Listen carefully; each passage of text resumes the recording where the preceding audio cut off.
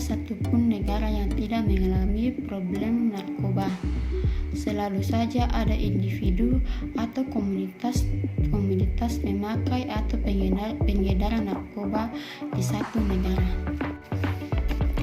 Presiden Republik Indonesia Joko Widodo dalam rapat terbatas guna membahas masalah narkoba mengatakan bahwa saya ingin agar ada langkah-langkah pemberantasan narkoba yang lebih gencar lagi dan yang lebih berani lagi, yang lebih gila lagi, dan dilakukan secara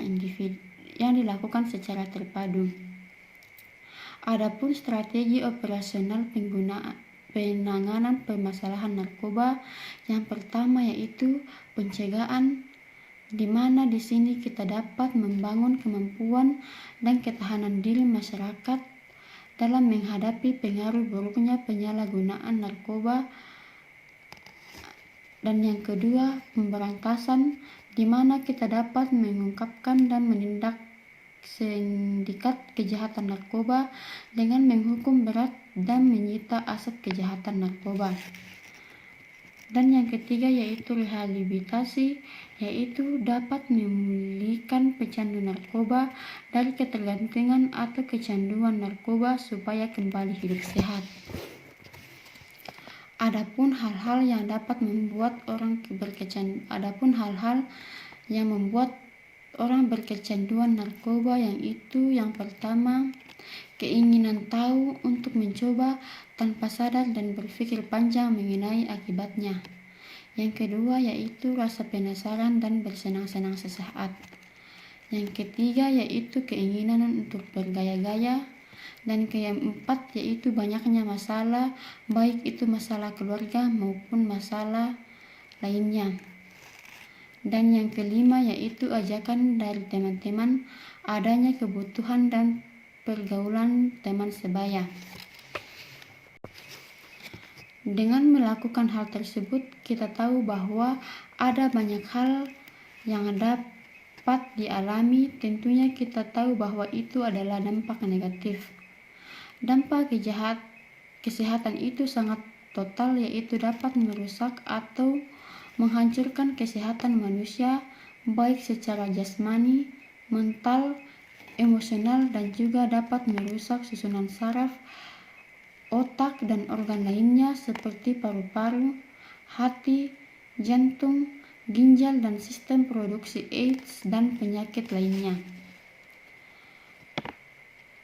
Tak hanya itu, dampaknya dalam faktor ekonomi juga dapat terpengaruh. Seperti yang kita ketahui bahwa harga narkoba tidaklah murah, dan itu akan terbuang sia-sia tanpa mendapatkan keuntungan sedikit pun. Pecandu narkoba yang masih tercatat sebagai status pelajar juga sangat dirugikan karena prestasi menurun dan tidak banyak yang mengalami putus sekolah. Jika sudah begini, apa yang akan kita lakukan untuk upaya pemulihan bagi pecandu narkoba adalah dengan melakukan bimbingan dan konseling. Konseling biasanya ditujukan untuk membantu klien menyelesaikan masalah yang mengganggu mereka. Konseling juga dimaksudkan untuk membantu klien untuk dapat mengembangkan berbagai cara yang lebih positif untuk menyikapi hidup.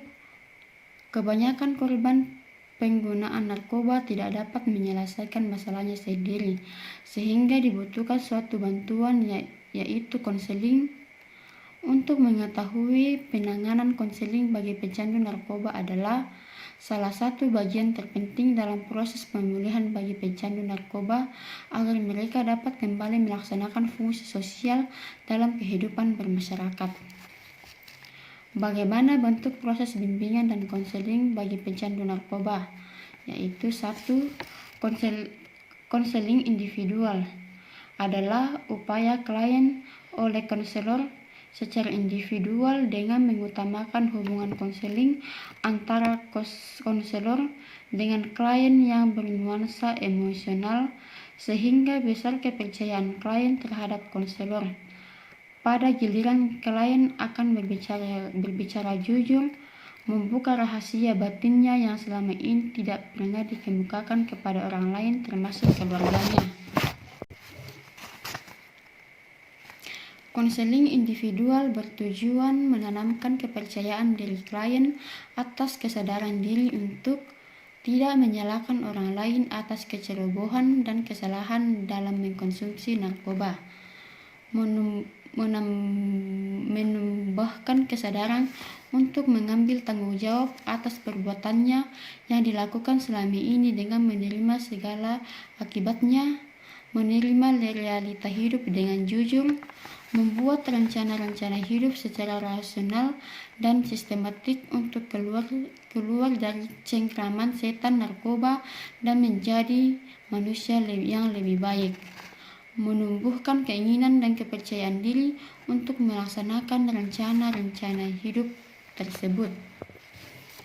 Yang kedua yaitu bimbingan kelompok, bertujuan memberikan kesempatan klien untuk berpartisipasi dalam memberi ceramah dan diskusi dengan berbagai kelompok masyarakat seperti mahasiswa, tokoh-tokoh masyarakat, guru BK di sekolah, siswa, dan sebagainya.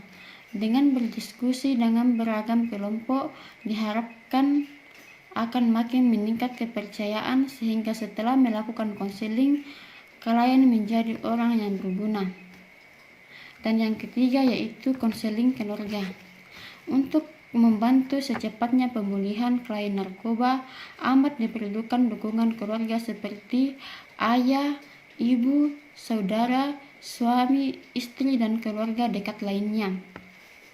Untuk mencapai keberhasilan konseling keluarga, maka prosedur yang harus ditempuh adalah: yang pertama, menyiapkan mental klien narkoba untuk menghadapi anggota keluarga. Yang kedua, memberi kesempatan kepada setiap anggota keluarga untuk menyampaikan perasaan terpendam, kritikan dan perasaan negatif lainnya terhadap klien.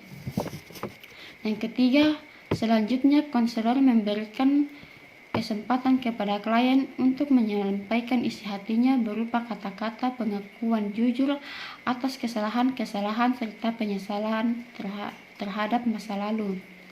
Yang keempat, konselor mengemukakan kepada keluarga tentang program pemulihan klien secara keseluruhan.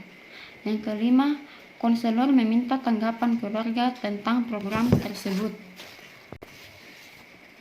Nah, ketiga layanan di atas adalah layanan yang perlu diterapkan pecandu narkoba. Selain itu, kolaborasi terhadap konselor, keluarga, dan masyarakat sangat dibutuhkan untuk membantu menangani kasus berat seperti pecandu narkoba agar dapat mengurangi jumlah kasus pecandu narkoba. Sekian dari saya tentang layanan dan konseling mengenai pecandu narkoba. Semoga bermanfaat. Terima kasih.